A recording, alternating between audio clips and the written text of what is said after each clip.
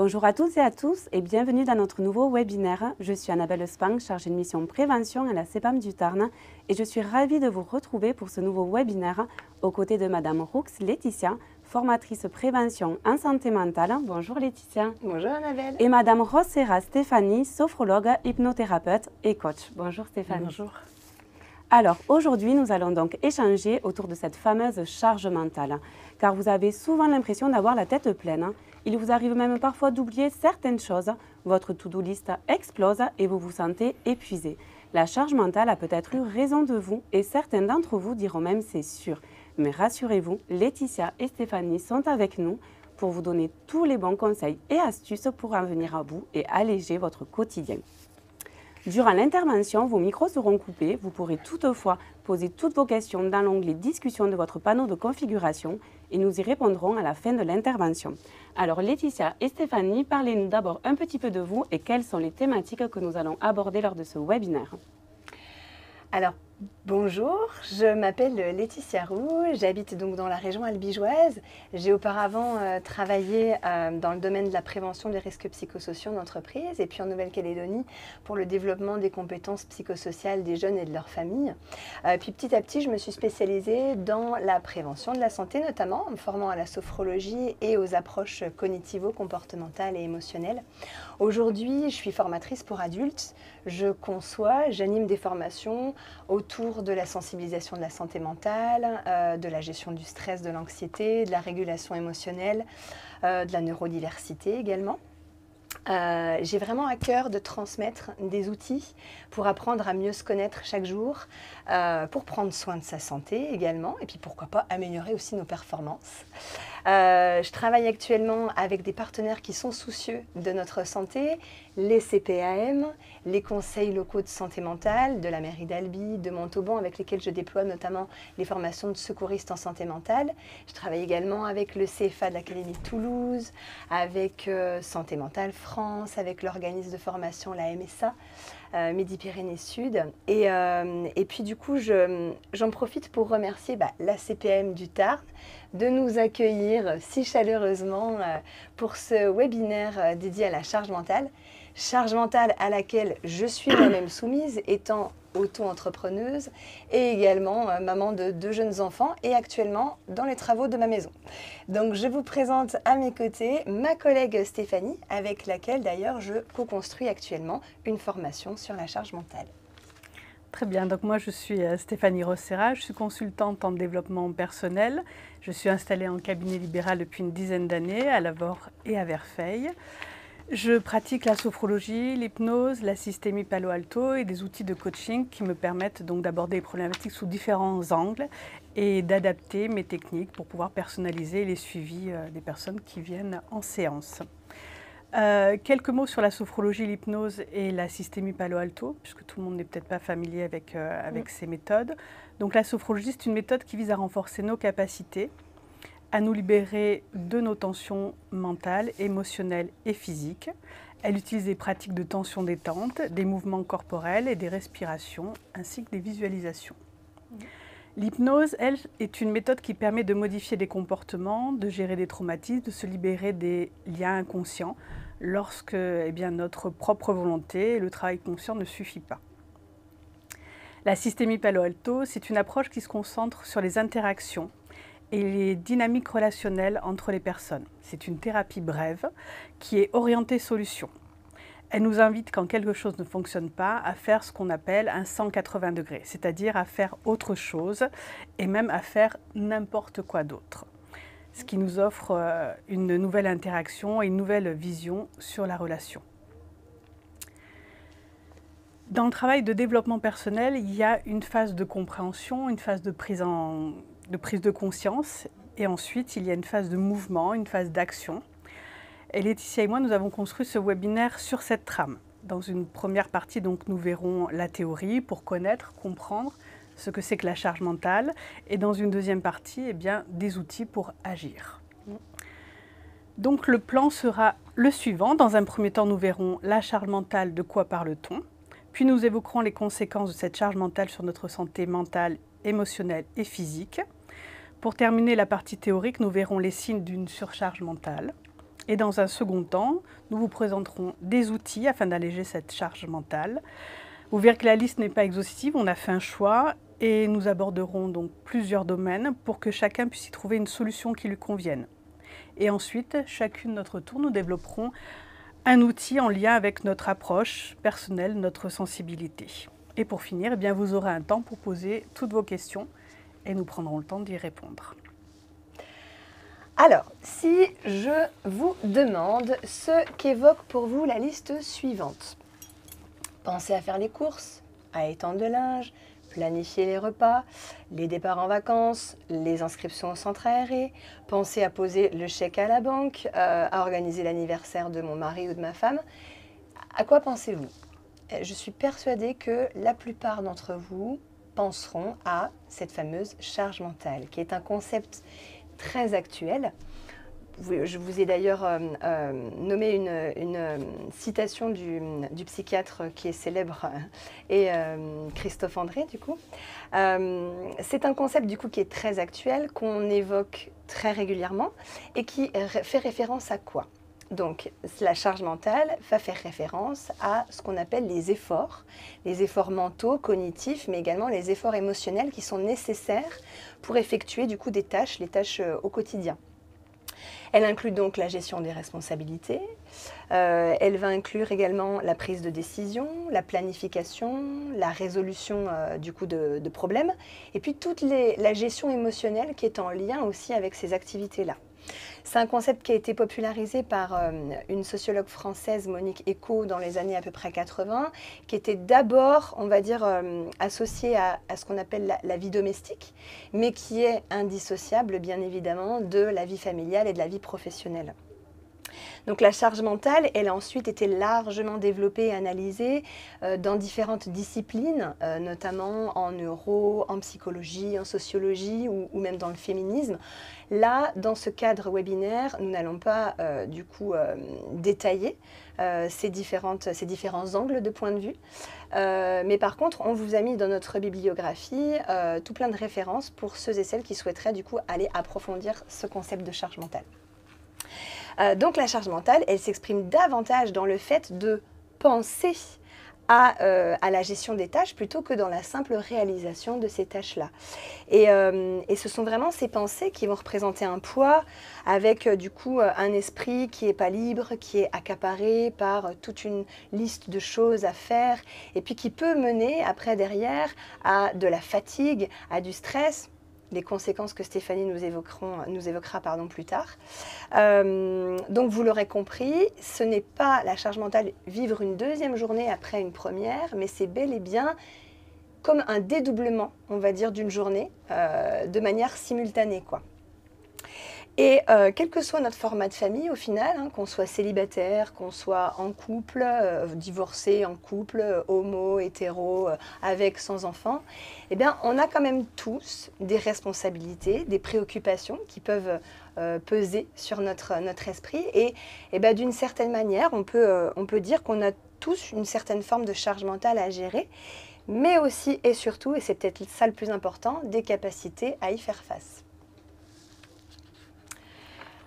Nous allons passer maintenant aux conséquences de la charge mentale. Comme vous pouvez le voir, les conséquences peuvent se répercuter sur votre bien-être mental, émotionnel et physique. Il n'y a pas de hiérarchie dans l'apparition des conséquences, elles viennent toutes abîmer notre qualité de vie. Donc je vous laisse prendre connaissance et jouer avec vous. Donc, parmi ces conséquences, vous pouvez trouver le stress chronique, l'anxiété, l'altération de la qualité du sommeil, de notre capacité d'attention ou de concentration. On y trouve aussi la fatigue mentale, la fatigue physique, les troubles alimentaires, les tensions relationnelles au sein du couple, avec nos enfants, notre entourage professionnel. On peut trouver aussi également dans les conséquences de la culpabilité, une mauvaise image de soi, des conséquences qui peuvent aller jusqu'au burn-out, jusqu'à la dépression. C'est pour ça que c'est intéressant d'identifier les signes.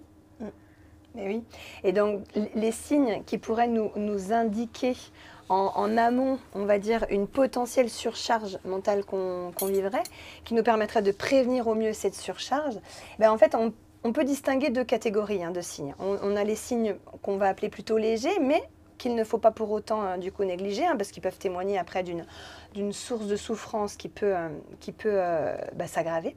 Donc on peut retrouver une augmentation une augmentation de l'irritabilité, c'est-à-dire être facilement agacé par des situations qui d'ordinaire ne nous dérangent pas plus que ça.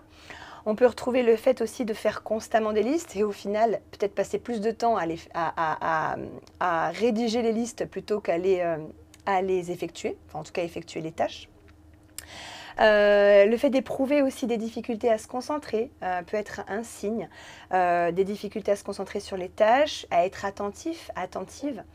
Dans les signaux légers aussi, lorsqu'on va multiplier les responsabilités en tant que parent, en tant que partenaire, on prend tous les rendez-vous, on coordonne plusieurs agendas en même temps, etc. Et puis, signaux légers également, lorsque l'on doit toujours achever soi-même les tâches qui sont parfois assignées à notre partenaire, et notamment, par exemple, si on pense à devoir envoyer un SMS, un mail à notre partenaire pour ne pas qu'il oublie de faire ça ou ça ou ça, voilà, ou qu'il pense à telle ou telle tâche. Et puis ensuite, on peut remarquer, comme vous le voyez là sur le schéma, on peut remarquer du coup détecter des signaux plus forts. Et notamment, le plus évident, ça va être la fatigue importante qui va s'installer dans le temps, qui peut peser même dès le réveil. Et cette fatigue qui peut être liée aussi à un sommeil perturbé par ce qu'on appelle des pensées parasites et qui se traduisent par des difficultés à s'endormir, des difficultés à avoir un sommeil réparateur ou voire même des insomnies nocturnes. Un autre signal fort peut être aussi le sentiment paniquant de ne pas s'en sortir, de se sentir dépassé, débordé. Une sensation qui est parfois aussi liée à la culpabilité de ne pas être à la hauteur, de ne pas en faire assez aussi, qui est très souvent liée aussi à ce qu'on appelle la dévalorisation. Et puis on peut aussi détecter une potentielle surcharge mentale lorsque le corps nous envoie des signaux avertisseurs. Et là, ça peut se traduire physiquement. Je prends l'exemple du psoriasis, de l'urticaire ou des signaux parfois plus forts, plus importants. Mais ça peut se traduire émotionnellement aussi par des pleurs, par des tempêtes émotionnelles. Puis enfin, en dernier lieu, et pas les moindres, l'isolement social. On peut retrouver aussi des personnes qui, petit à petit, évitent de plus en plus les interactions avec les autres. Alors, ces signaux-là, il est important dans la détection, dans le repérage, d'évaluer leur degré d'intensité, mais également la durée. Voilà, à partir de combien de temps, là, on peut s'inquiéter, par exemple, lorsque l'on parle de fatigue importante. Voilà. Est-ce que c'est une fatigue qui est passagère ou est-ce que c'est une fatigue qui s'installe dans la durée? Voilà. Alors, comment prévenir, comment alléger cette charge mentale? Nous allons évoquer certaines pratiques qui vont vous permettre de vivre différemment votre charge mentale. Et si vous avez été attentif jusqu'ici, eh bien vous avez noté la référence que nous faisons constamment au mental, à l'émotionnel et au physique. La bonne nouvelle, c'est que grâce à ces 3 portes d'entrée, grâce à ces 3 leviers d'action, eh bien vous pourrez choisir des outils selon votre sensibilité, mais aussi suivant le contexte dans lequel vous pouvez ou vous voulez les pratiquer. Parce que finalement, que vous choisissez d'agir sur votre mental, sur votre émotionnel ou sur votre physique, eh bien, vous allez harmoniser les 3 en même temps. Les pratiques mentales, elles vont vous permettre de défocaliser, d'occuper votre esprit à autre chose, afin de pouvoir prendre un moment, de faire une parenthèse dans la journée, de détendre le mental, de le libérer de ses tensions. Les pratiques émotionnelles, elles vont vous permettre de réguler vos émotions, de comprendre les jeux inconscients qui se jouent malgré vous. Et enfin, les pratiques physiques vont vous permettre de libérer vos tensions et les douleurs du corps, d'y amener de la détente, du calme. Alors, les pistes à envisager, pour ma part, je vais vous proposer donc tout ce qui est en lien avec la gestion de la charge mentale. Vous verrez dans un deuxième temps avec Laetitia ce qui concerne les pratiques bien-être ou mieux-être. Et puis, je vous rappelle que compte tenu du format et du temps que nous avons aujourd'hui, nous avons choisi de nous consacrer sur des outils qui sont liés au développement de soi et à notre expertise, parce qu'il y a beaucoup d'outils, mais là on a choisi de vous parler de ce dont on connaît. Bien sûr. Alors, pour vous, dans la journée, vous pouvez prendre des pauses. Des pauses, ça peut être plus ou moins long. Ça peut être de quelques secondes à plusieurs minutes. Une pause, ça peut être un soupir. Ça peut être un étirement, ça peut être une sieste flash, ou ça peut être aussi prendre des vacances. Une pause, ça permet à notre cerveau de comprendre que la tâche est finie, ou alors qu'elle est suspendue pour un moment. C'est une parenthèse nécessaire et c'est une habitude simple à prendre. Si nous faisons l'analogie avec un ordinateur, eh bien à la pause, c'est comme si nous fermions un fichier, un onglet, quand le travail est terminé, quand on a fini d'agir dessus. Ensuite, pour vous, dans la journée, vous pouvez prendre rendez-vous avec vous-même. Un moment que vous vous accordez à vous, un vrai rendez-vous. Alors n'hésitez pas à caler dans votre agenda un créneau quotidien, mensuel, rien que pour vous ressourcer, pour vous écouter, pour reconnaître vos besoins, vos valeurs, vos envies, pour prendre le temps de vous rencontrer. Ensuite, vous pouvez faire une tâche à la fois. Alors on sait, on n'a plus besoin de le prouver, nous savons que nous sommes capables de faire plusieurs choses à la fois. Alors maintenant, ce que je vous propose, c'est d'essayer de n'en faire qu'une seule. De réaliser ces tâches les unes après les autres en pleine conscience, c'est-à-dire d'être là, présent, présente à ce que nous sommes, à ce que nous faisons, à ce que nous voyons, à ce que nous sentons. C'est la solution pour éviter la surchauffe et vous verrez que finalement, eh bien, vous ne perdrez pas en efficacité. Ensuite, vous pouvez déléguer. Alors, déléguer, ce n'est pas superviser. Déléguer, c'est confier totalement, entièrement la tâche. C'est accepter, bien sûr, que ce soit fait différemment, à un autre rythme. Parce que je vous rappelle que la charge mentale, c'est la somme de choses à penser et non pas la somme des choses à faire. Alors, si on délègue, ça veut dire qu'on sort le sujet de sa tête. Parce que si on le conserve ne serait-ce qu'un tout petit peu dans l'organisation, dans la validation, eh bien c'est comme si la tâche, comme si l'onglet était toujours ouvert dans notre cerveau, dans notre ordinateur. Ensuite, je vous propose des pistes de solutions à envisager en relation avec les autres. Donc des pistes qui vont passer par la communication.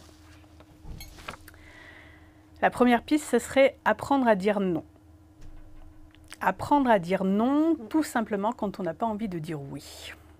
C'est déjà pas mal. Et quand vous apprenez à dire non, eh bien, c'est se poser la question, qu'est-ce qui, jusqu'à présent, vous pousse à dire oui alors que vous pensez non? Qu'est-ce qui vous pousse à faire passer le besoin des autres avant vos propres besoins? Et finalement, quelle est cette petite histoire que vous racontez sur vous-même et sur les autres à ce moment-là? Quelles sont les qualités de relation que vous entretenez? Et puis plus largement, c'est s'exprimer. Plutôt que de laisser l'autre deviner, plutôt que d'attendre que votre partenaire, que votre collègue de travail comprenne vos besoins, votre surcharge, eh bien parlez, demandez, exprimez-vous. Alors bien sûr, évitez de le faire dans un moment de fatigue, d'exaspération. Prenez, posez un contexte propice, échangez sur vos besoins, vos priorités. Et écoutez également les besoins et les priorités de l'autre. Intégrez ça dans un vrai dialogue, un échange. Ce qui vous permettra également de poser vos limites, de poser des limites claires, notamment sur votre emploi du temps, sur vos engagements, vos responsabilités. Comme si vous pouviez finalement mettre un périmètre à votre charge mentale. S'exprimer aussi pour éviter ces fameuses phrases qui ont tendance en général à nous agacer encore un peu plus, qui sont « fallait demander ». Alors faites. S'il suffit de demander, demandez, déléguez, confiez des tâches, des engagements, des responsabilités.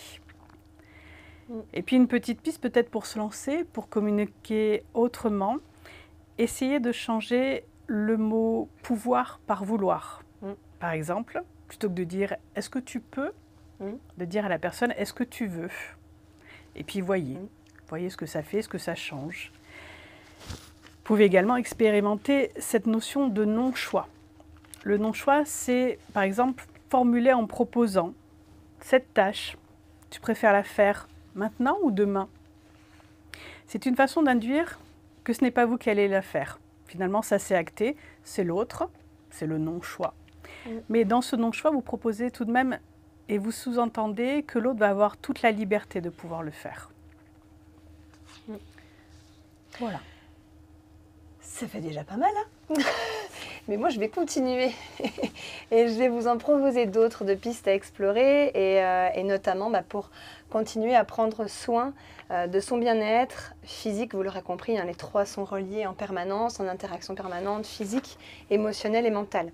Alors d'autres pistes, développer la connaissance de soi, ça passe par là, hein, de soi, de ses valeurs, de son corps, de ses besoins également, à travers tout un panel aujourd'hui de pratiques qu'on appelle psychocorporelles. Alors vous avez le yoga, vous avez l'automassage, la pleine conscience, la cohérence cardiaque qu'on va voir tout à l'heure, la sophrologie, etc. Ce sont des pratiques qui nous entraînent à vivre vraiment dans l'instant présent, à gérer le stress de la manière la plus efficace possible. Et puis elles ont toutes en commun l'outil phare indispensable qui est gratuit qu'on a en nous, hein, la respiration. Dans les autres pistes à explorer, c'est peut-être aussi tenir un journal pour identifier nos ressentis. Ça peut passer par l'écrit justement, hein, nos ressentis, nos émotions et puis les pensées qui les accompagnent. Ça va permettre, le fait d'écrire, de prendre du recul justement sur ces mouvements, les mouvements de nos pensées, nos émotions. Et puis peut-être prendre moins à cœur les choses, en tout cas moins personnellement aussi. On peut d'ailleurs très bien remplacer le « je suis » par « je ressens ». Un exemple, plutôt que de dire « je suis en colère », c'est « je ressens de la colère ». Ça veut dire qu'on reconnaît que la colère, c'est une émotion qui est temporaire et qu'elle ne nous définit pas entièrement, quoi. Voilà. Une autre piste à explorer, la décompression. Évidemment, et ça passe par quoi? Ça peut passer par l'humour dont nous avons tous besoin régulièrement. L'humour, l'autodérision, évidemment. N'hésitez pas d'ailleurs à utiliser, comme moi je le fais, les réseaux sociaux pour, du coup, pouvoir un petit peu décompresser et puis rien. Voilà. Ça passe également par pratiquer une activité physique, si possible régulière. Pas besoin d'aller pratiquer un sport de manière intensive tous les jours, ne serait-ce que quelques minutes de marche dans la journée pour venir du coup couper avec le mental, venir harmoniser aussi du coup avec nos deux autres sphères, hein, émotionnelle et mentale. S'entraîner à être doux et douce et attentionné vis-à-vis de soi. Alors ça, je sais que c'est pas toujours très évident, on est très souvent plus aimable et plus indulgent avec les autres qu'avec soi-même, hein. On se parle d'ailleurs peu gentiment à soi-même et on n'accepte pas toujours les compliments. Très souvent on les refuse ou alors on les banalise. Et ça peut passer par apprendre à recevoir un compliment. On peut aussi se récompenser soi-même, matériellement, immatériellement, voilà. Reconnaître ses limites également, hein, dans les pistes à explorer, en acceptant de ne pas savoir, de ne pas tout savoir, et puis en s'autorisant aussi à faire comme on a envie de le faire sur le moment. Voilà. Et puis, évidemment, on en parle souvent, mais pratiquer la gratitude, ça veut dire reconnaître, réfléchir à ce pourquoi nous sommes reconnaissants aujourd'hui dans notre vie. Et puis, ça va être vraiment l'idée de focaliser notre attention sur les petites victoires, sur les moments agréables du quotidien, sur ce qu'on a déjà vécu, plutôt que sur ce qui nous reste à vivre, à faire, qui peut être plutôt source d'angoisse. D'une manière plus profonde, ça va être vraiment de cultiver nos capacités d'espoir et puis nos capacités aussi à se faire confiance à soi et à faire confiance en l'avenir. Et bien évidemment, hein, ne pas hésiter à aller se faire accompagner d'un professionnel de la santé, psychothérapeute, psychologue, médecin, sophrologue, hein, qui vont pouvoir du coup, ces professionnels qui vont pouvoir vous aider à prendre du recul sur justement vos pensées qui peuvent être envahissantes et source de souffrance. Voilà. Je vais vous proposer maintenant de développer un premier outil. En sophrologie, donc, nous travaillons avec la notion d'intention. En hypnose, nous travaillons avec les suggestions. Ce sont deux types de messages que nous utilisons comme levier de changement et ça représente donc un dialogue interne positif. Mais dans le quotidien, nous nous appliquons à faire le travail inverse, en nous jugeant sévèrement, en nous envoyant trop souvent des messages négatifs qui sapent notre morale, notre élan, jusqu'à venir abîmer notre confiance et notre estime. Si je vous donne un exemple, en lien avec justement notre charge mentale, ça tombe bien. Quelle est la première chose que vous faites le matin en ouvrant les yeux? Vous prenez le temps, peut-être vous étirez, ou alors tout de suite vous sautez du lit. Mais assez rapidement, vous pouvez vous poser la question, à quel moment est-ce que vous commencez à faire la liste de tout ce que vous allez faire dans la journée, de tout ce que vous allez faire dans la semaine. Et cette liste, bizarrement, eh bien, c'est une somme de phrases qui commence par « il faut ». Et si vous repensez à ça, à ce petit processus le matin, la somme des « il faut », eh bien, redescendez au niveau de l'émotionnel, redescendez au niveau du corporel. Est-ce que ça vous motive? Est-ce que ça vous donne envie de commencer cette journée? Pas vraiment. Parce qu'il faut généralement, eh bien, ce sont les tâches qui nous coûtent de l'énergie, qui nous coûtent du temps, qui nous demandent des efforts. Chaque phrase qui commence par « il faut » est une injonction. Une injonction, c'est un ordre qui émane d'on ne sait pas qui. On ne sait pas qui c'est « il ». Personne ne l'a défini. Et puis ça sous-entend une sanction, mais une sanction qui n'est pas dite, pas exprimée, c'est par omission. Alors qui est « il » ? Quel est ce verbe qui ne se conjugue qu'à une personne ? Et sinon quoi? Eh bien, compte tenu du fait que c'est vous qui faites l'action, moi je vous propose de reprendre votre place, de remettre du sens, d'essayer de reformuler, de redéfinir l'action, peut-être à la place d'un « il faut », un « je fais »,« je choisis »,« je préfère »,« j'ai l'opportunité ». Et je vous propose d'essayer ensemble cette petite gymnastique assez simple. Vous êtes là derrière votre ordinateur. Je vais vous demander de porter une attention très rapide à la façon dont vous êtes installé. Peut-être que vous avez envie de vous installer un peu plus confortablement, de relâcher votre corps. Portez peut-être une attention particulière au niveau des mâchoires, au niveau des épaules, qui sont souvent le siège du stress, de la tension. Et quand on écoute, on met de la tension dans le corps. Vous pouvez soupirer si vous savez encore soupirer comme un ado. Vous pouvez inspirer, expirer profondément, lentement. Vous pouvez fermer les yeux si vous avez besoin de vous concentrer un peu plus ou garder les yeux ouverts. C'est comme vous êtes le plus à l'aise. Et puis pensez à la prochaine tâche que vous allez avoir à faire. Celle qui commence par « il faut ». Et essayez de ressentir, qu'est-ce que ça vous fait quand vous formulez dans votre dialogue intérieur « il faut ».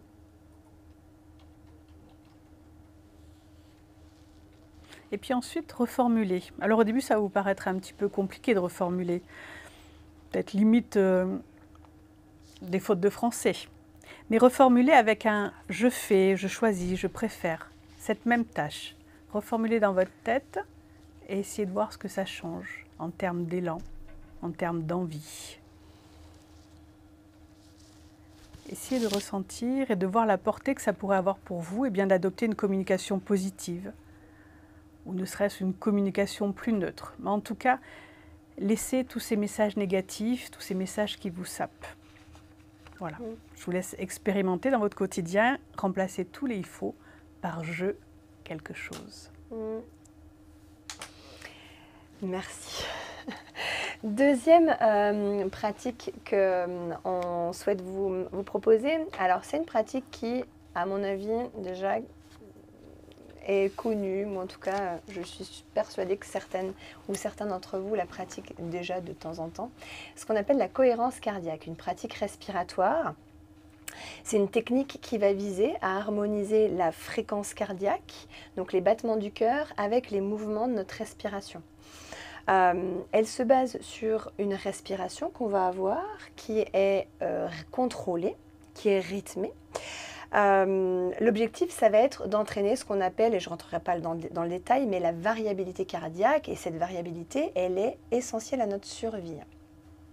Donc on va généralement utiliser une respiration plutôt abdominale au niveau du ventre, une respiration plutôt lente, plutôt profonde. Et l'idée dans la cohérence cardiaque, ça va être d'inspirer et d'expirer sur le même temps, c'est-à-dire, enfin le même temps, un temps égal, pardon. Donc ce qui est préconisé, c'est 6 cycles respiratoires par minute, ce qui revient à peu près à faire du 5 secondes inspire, 5 secondes expire. Mais après, si vous êtes plus à l'aise avec le 4 secondes au début, voilà, écoutez votre confort, hein, c'est le principal. Donc, inspiration on va dire 4-5 secondes, expiration 4-5 secondes. Attention, l'expiration ne doit pas être forcée, elle doit être vraiment relâchée naturellement. Et on évite les phases de rétention d'air, les phases d'apnée. Donc on peut s'imaginer un espèce de mouvement comme ça, sinusoïdal, ou un mouvement même dans la nature. Moi ce que je fais, c'est que je m'imagine souvent un mouvement de vague qui se retire, qui se jette comme ça, là, voilà, pour apporter un peu plus de sérénité, de calme. C'est une pratique qui peut être réalisée quelques minutes par jour, voilà, et puis qui du coup peut être guidée aussi par des dispositifs tels que les applications mobiles.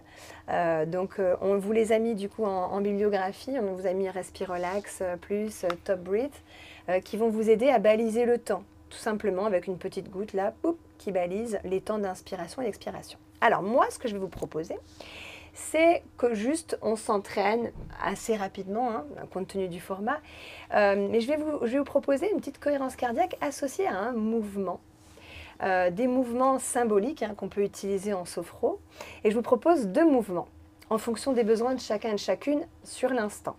Alors, premier mouvement, je vous montre, c'est un mouvement d'autocompassion. Le mouvement d'autocompassion, c'est pour ceux et celles qui ont besoin de s'apporter de la douceur et qui ont l'habitude de la fâcheuse tendance à culpabiliser assez facilement. Donc, on va synchroniser cette respiration de cohérence cardiaque sur le mouvement. On peut déposer nos mains comme ça sur les avant-bras et puis sur les 4-5 temps d'inspiration. Merci Annabelle du coup de vouloir le faire. Et merci Stéphanie de vouloir le faire. C'est merveilleux, hein, on est trois à le faire. Derrière aussi ils le font. Donc sur l'inspiration, on va venir monter nos mains jusqu'aux épaules sur toute l'étendue de l'inspiration. Donc on essaie d'y aller ensemble, on va faire 4-5 secondes. D'abord, dans un premier temps, on va vider l'intégralité de l'air de nos poumons. Là, on va souffler, respirer. Ce que je ne vous ai pas dit aussi, c'est qu'on peut faire l'inspire-expire par le nez, ou on peut également expirer par la bouche. L'inspiration, c'est important qu'elle soit nasale parce qu'elle a des vertus après physiologiques. On y va, on essaie ensemble. Allez, on inspire, on va monter nos mains sur 4-5 secondes jusqu'aux épaules. On vide, on vide, on vide, on vide et on inspire.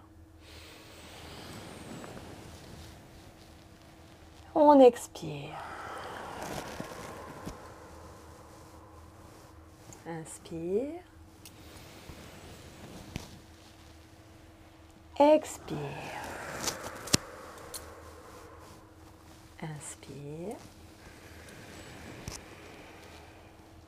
Et expire. Voilà, je crois que vous avez un petit peu compris la synchronisation du geste avec le mouvement. Deuxième mouvement que je souhaite vous proposer maintenant, c'est un mouvement de puissance pour nous donner de la confiance, pour des moments peut-être où on serait plus en doute sur nos capacités, nos chances de réussite. Alors ce mouvement-là, moi je le préconise plutôt debout. Mais on va le faire du coup assise hein, pour qu'on puisse continuer à rentrer dans le cadre visuel. Donc mouvement où on va mettre du coup nos 2 poings l'un contre l'autre devant notre sternum. On va essayer de relâcher au maximum les épaules. Et puis même principe, en inspirant sur 4-5 secondes, on va amener nos coudes vers l'extérieur et à l'expiration, on les ramène vers l'intérieur. Ok ? On essaie comme ça, mouvement inspiré de technique de musculation.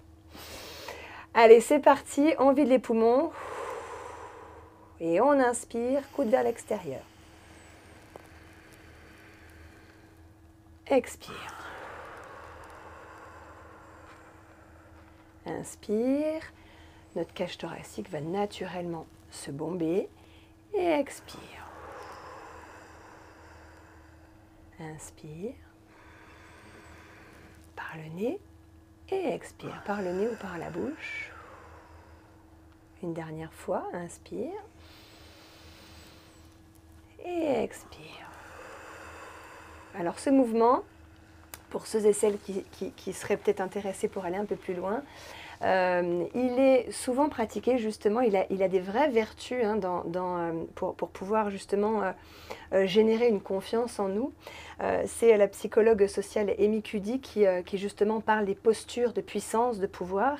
Et notre langage corporel va développer, va libérer, on va dire, certaines hormones, certains neurotransmetteurs qui vont venir façonner la façon dont on va se voir et dont va nous percevoir aussi vont nous percevoir le reste des personnes. Donc n'hésitez pas, quand vous ressentez un besoin de confiance là, à faire ce mouvement associé à de la cohérence cardiaque évidemment. Voilà. J'en ai fini avec mon deuxième outil. Merci. Voilà. Alors, mon deuxième outil. Moi, je vous propose le travail sur les sens. Vous avez vu, on a défini à plusieurs reprises la charge mentale comme la somme des tâches à planifier, à organiser, à gérer. Donc, ça veut dire que la charge mentale, eh bien, elle occupe notre mental principalement dans l'anticipation. Donc, vous pouvez vous libérer des effets négatifs de la charge mentale en développant votre capacité à être ici et maintenant, et non pas dans 5 minutes, dans 1 heure ou la semaine prochaine. Pour cela, nous avons un outil qui est très efficace, qui est très facile à utiliser, puisqu'on l'a toujours sur nous. Ce sont nos sens. Nos sens qui nous renseignent sur notre présent, sur nos ressentis là maintenant. Par exemple, quand j'ai faim ou si j'ai froid, c'est pas dans 5 minutes, c'est tout de suite. Donc les sens sont là, à disposition. Alors je vous propose, plutôt que de parler, on pourrait parler des sens pendant un long moment, mais je vous propose d'expérimenter ces sens. Alors, tout simplement, vous allez peut-être quitter des yeux votre ordinateur et regarder autour de vous la pièce dans laquelle vous êtes comme si c'était la première fois. Regardez les détails, regardez les objets, les couleurs, tout ce qui la compose, et peut-être même essayer de trouver quelque chose que vous n'avez jamais vu, quelque chose d'inconnu autour de vous. Alors on est d'accord, il ne s'agit pas de balayer cette pièce, mais vraiment de regarder, de poser vos yeux sur les choses. Parce que même si le sens de la vue est le plus utilisé, il n'est pas toujours très précis. Voilà, n'hésitez pas à le faire encore quelques secondes. Regardez en bas, en haut, un peu partout. Et puis maintenant, je vous propose de fermer les yeux pour pouvoir utiliser avec plus d'acuité nos autres sens. Fermez les yeux et maintenant utilisez vos mains. Touchez ce qui est là, ce qui est à portée de main. Touchez peut-être le fauteuil, la chaise sur laquelle vous êtes installé. Touchez vos vêtements, votre peau. Prenez le temps de ressentir les textures, les différences de température, comme si c'était la première fois. Comme un enfant qui découvre.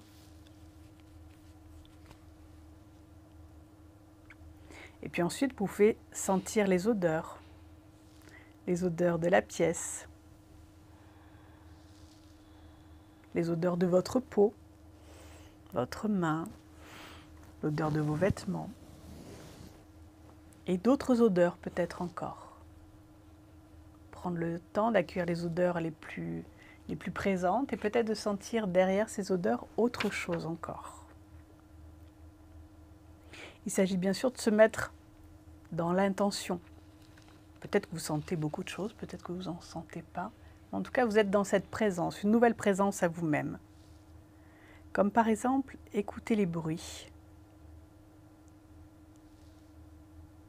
D'abord les bruits lointains. Peut-être que vous avez de la chance d'avoir des bruits de la rue, les bruits du bâtiment, puis les bruits de la pièce dans laquelle vous êtes, puis des bruits un peu plus près, peut-être le bruit de l'ordinateur.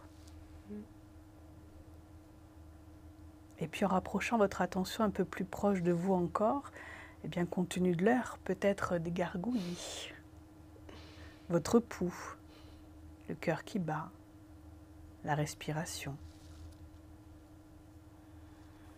Et puis terminez maintenant avec le goût. le goût peut-être de votre peau, de vos langues, le goût que les aliments ont laissé dans votre salive. Voilà, être présente à ce que vous faites, à ce que vous ressentez. Et puis maintenant, ramenez votre attention à ma voix.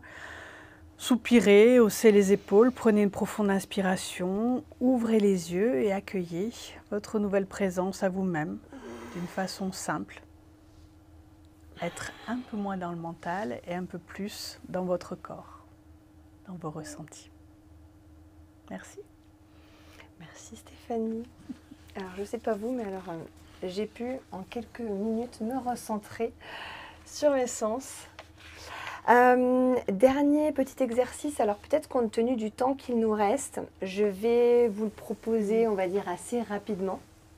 Mais c'est un exercice phare qu'on utilise en sophrologie, exercice de la libération des tensions. Je vais vous le présenter et puis si le cœur vous en dit, de l'expérimenter vous. Moi, je le pratique assez régulièrement et puis l'idée, c'est d'essayer de le pratiquer justement régulièrement en prévention avant que justement on ait cet effet de surcharge, charge qui s'accumule, que ça soit émotionnel ou que ça soit mental également. Alors, toujours on part en sophro, le postulat de base, c'est vraiment une posture qui est confortable mais qui est un minimum tonique. La sophrologie, contrairement à ce qu'on peut penser, on la pratique très souvent donc assise, mais également debout.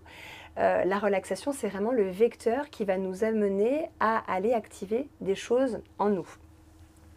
Donc là, vous pouvez par exemple le faire assis, prendre et puis éventuellement, du coup, prendre quelques instants pour vous centrer sur votre respiration, écouter votre respiration, les mouvements de la respiration, où est-ce qu'elle se situe, avec, comme le disait Stéphanie, vraiment ce regard neuf, comme si c'était la première fois que vous découvriez votre respiration.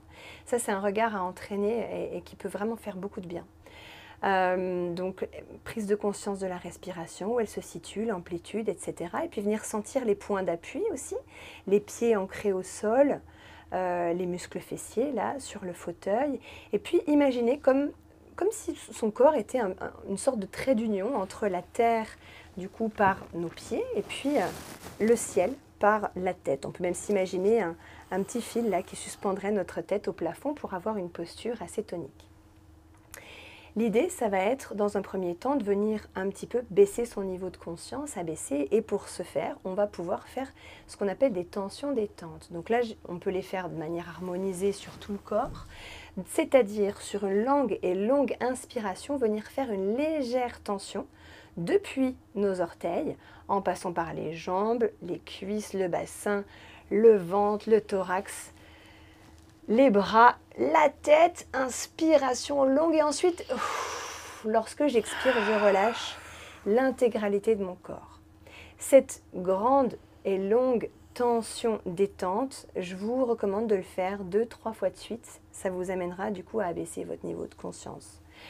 Et puis, pour l'exercice de libération des tensions, on va prendre conscience de la première partie de notre corps, notre tête, notre cou également, je le mets avec, le crâne, le visage. On peut poser nos mains vraiment là pour pouvoir sentir la forme, les limites, les contours de cette partie-là de notre corps. Voilà, les yeux fermés pour mieux se centrer sur son intériorité. Et nous allons venir poser nos doigts au milieu de notre front et nous mettre dans l'intention sur chaque expiration de nous libérer de tout ce qui nous prend la tête. C'est très symbolique, mais ça fonctionne très bien. Donc il y a des personnes qui auront besoin vraiment d'un souffle long, d'autres personnes qui vont le faire de manière beaucoup plus abrupte. L'idée, c'est que chaque fois que je souffle, que j'expire, je me libère, je chasse le plus loin possible tout ce qui me prend la tête. Je peux le faire autant de fois de suite. Puis ensuite, je vais venir poser mes doigts à la base de mon cou là, et puis sur chaque expiration, me libérer de tout ce que j'ai en travers de la gorge, de tous les non-dits, de tous les mal-dits, de tous les pas assez dits. Je le libère le plus loin possible. Voilà, tout ce que j'ai en travers de la gorge.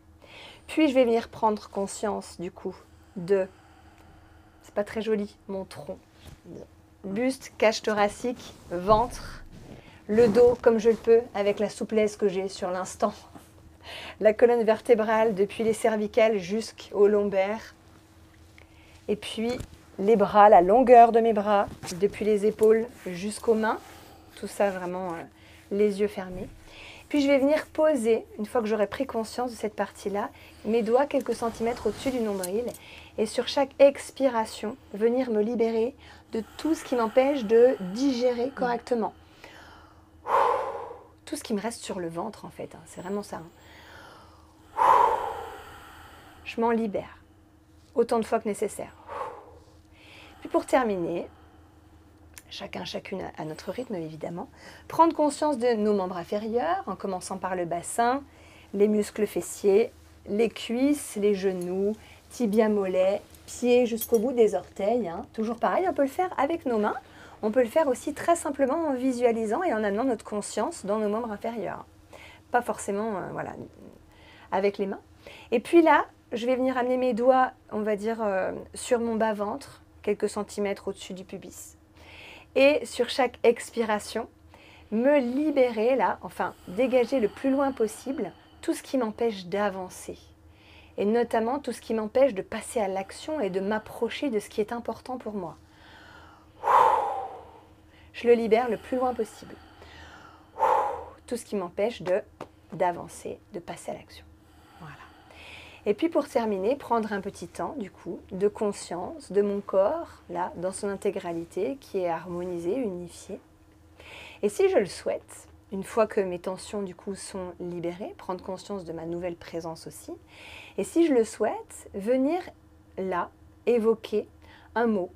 Ça peut être un mot, ça peut être un symbole, ça peut être une couleur, ça peut être un paysage, mais quelque chose qui va symboliser la détente, la sérénité.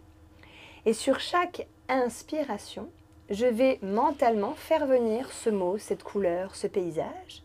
Et sur chaque expiration, je viens le ou la diffuser le plus profondément possible dans chacune des cellules de mon corps. Voilà. Inspiration, j'évoque ce mot, cette couleur, ce paysage, ce symbole qui symbolise la sérénité. Et expiration,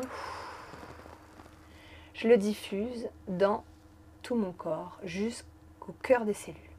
Voilà. Prendre le temps ensuite, bien évidemment, de reprendre un niveau de vigilance. Alors ça peut passer par remettre du mouvement, se frictionner, mais là c'est important si vous n'avez pas envie de rester endormi toute la journée, reprendre le tonus musculaire habituel. Voilà. Très bien, on vous remercie Laetitia et Stéphanie. Est-ce qu'avant de passer aux questions-réponses, vous avez peut-être quelque chose à rajouter pour toutes les participants et participantes qui nous regardent ? Oui, alors moi je propose à partir de mi-avril des ateliers didactiques sur justement la charge mentale pour aller un peu plus loin et puis pour répondre d'une façon plus personnelle aux attentes. Dans le Tarn, du coup, sur Albi et Lavore. Voilà. Ouais. Et puis on est en cours là de construction, co-construction avec Stéphanie, d'une formation donc là beaucoup plus élaborée sur justement l'allègement de cette charge mentale. Et pour l'instant, je pense qu'on envisagera deux formats, un format en présentiel et un format en distanciel également. Voilà. Voilà pour le... Très bien. Donc du coup, nous allons passer aux réponses et aux questions qui ont été posées lors de vos interventions. Donc on avait une première question d'une participante qui nous demande « Est-ce que les to-do list sont une bonne idée ou un puissant fond ?» Très bonne question. Alors, oui. Moi, je conseille plutôt les did-it list. Les quoi? Les did-it list. Les did-it list? Oui, c'est l'inverse de la to-do list. C'est en fait... prendre le temps, par exemple, en fin de matinée, puis ensuite le soir, de faire la liste de tout ce qu'on a fait. Ouais. Plutôt que de se projeter dans justement un puissant fond où ça ne s'arrête jamais. On pourrait écrire des parchemins entiers. Et là, c'est juste prendre conscience de tout ce qu'on fait. Ouais. Bien Ça sûr. rejoint un petit peu ce que tu disais, les petites victoires, Exactement. prendre conscience de tout ce qu'on a déjà mis en place, de tout ce qu'on a réalisé. Après, j'ai conscience aussi que les to-do list, c'est quelque chose qui va nous permettre de nous organiser au mieux aussi. Moi, j'avais expérimenté une to-do list donc personnellement, qui n'était pas verticale, merci, mais qui était plutôt horizontale parce qu'elle tient compte en fait de notre espace-temps, la manière dont on se construit le temps dans notre cerveau. Et du coup, je l'avais expérimenté sur notamment un mois, le fait de décortiquer, de dire, et puis en plus, ça aide à du coup visualiser ce qui va être urgent à faire. Donc là, dans les jours qui viennent, voilà ce qu'il faut que je fasse. Et je peux mettre un peu plus loin ce qui est, on va dire, moins urgent, quoi. Ça nous permet du coup d'être plus en harmonie avec ce qu'on appelle, avec notre temps, quoi, notre espace-temps. Voilà. To-do list horizontale. Ensuite, nous avons une autre question. Comment on peut répartir la charge mentale au sein de notre foyer? Très bonne question.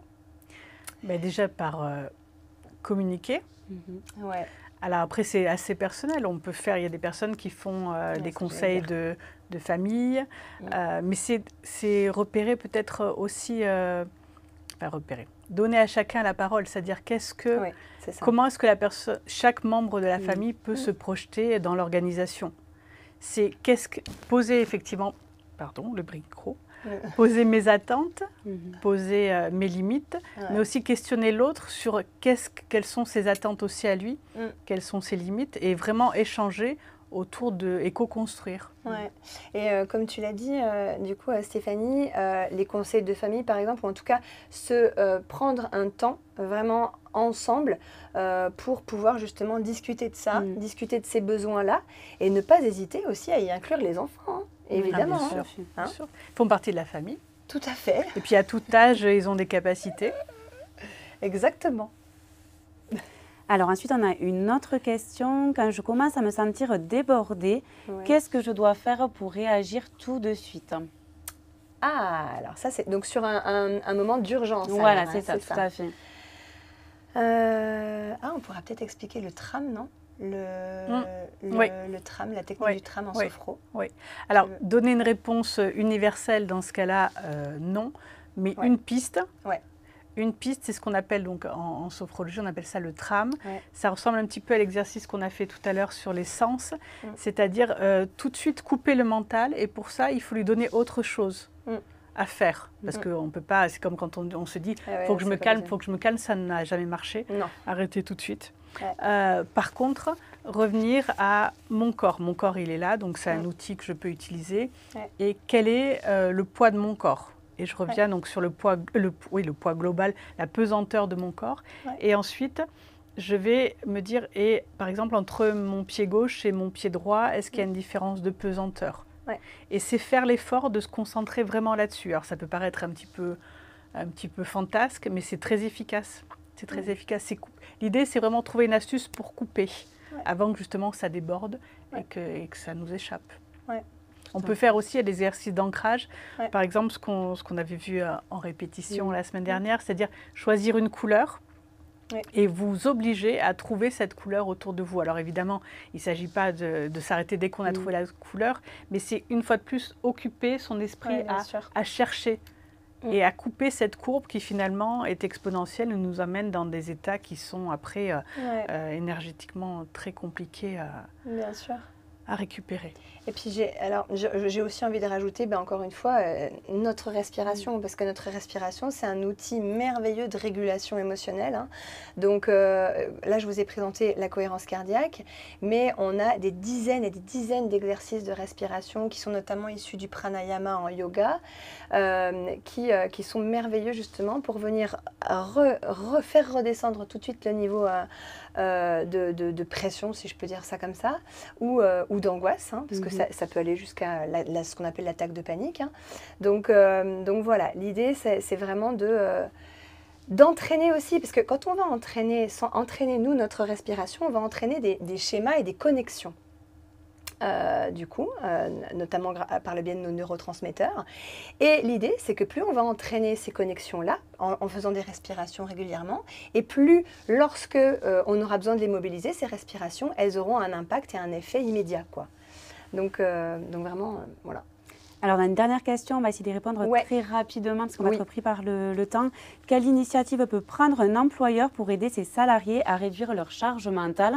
Vous l'aviez évoqué peut-être tout à l'heure, que vous êtes en train de co-construire des formations. Donc c'est la solution idéale. C'est ça, on est d'accord. Hein. Évidemment. Alors après, l'employeur a bien évidemment mince. J'ai perdu mes mots. Un devoir, merci, un devoir de prendre soin de la santé, de la sécurité de ses employés. Et donc, notamment, là, par le biais dans toute la politique, ce qu'on appelle les risques psychosociaux, peut mettre en place, du coup, des formations, des ateliers, faire venir des intervenants externes ou former en interne également, par le biais des préventeurs, des référents handicap, etc. Mais voilà, l'idée, ça peut être du coup de faire, pourquoi pas, intervenir aussi. Sensibiliser, mais déjà reconnaître qu'elle existe. C'est déjà énorme, hein. On est d'accord. On est d'accord. Tout à fait. Alors, il est temps pour nous de clôturer ce moment d'échange. Vous retrouverez ce webinaire ainsi que tous les précédents en replay sur la chaîne YouTube de l'assurance maladie. Différentes thématiques ont déjà été abordées comme les dépistages des cancers, les enfants face aux écrans, tout ce qui est santé sexuelle et j'en passe. D'autres thématiques sont également à venir comme notre prochain webinaire qui sera lié à la maternité et qui s'intitule « J'attends un enfant ».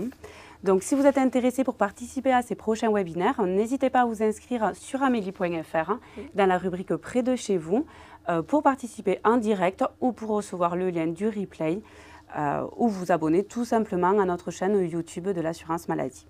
À la fin de ce webinaire, vous recevrez un court questionnaire de satisfaction. Nous vous remercions de prendre le temps d'y répondre. Votre avis est précieux et vous pourrez également nous donner des avis sur des prochaines thématiques que vous souhaiterez aborder lors de prochains webinaires. Encore merci mesdames pour votre intervention et vos explications. Et merci à vous qui êtes de plus en plus nombreux à nous suivre et à participer en direct. Quant à moi, je vous dis bonne journée et à bientôt. Et je termine juste par remercier le service prévention de la CPAM du Tarn, Annabelle Spank, Virginie Ducrot, Mélodie Santoul également, Dylan de la communication qui a supporté toutes ces heures, notre humour. Oui, merci à vous de nous avoir accueillis vraiment si chaleureusement sur ce webinaire. Merci à vous. Bonne journée. Au revoir.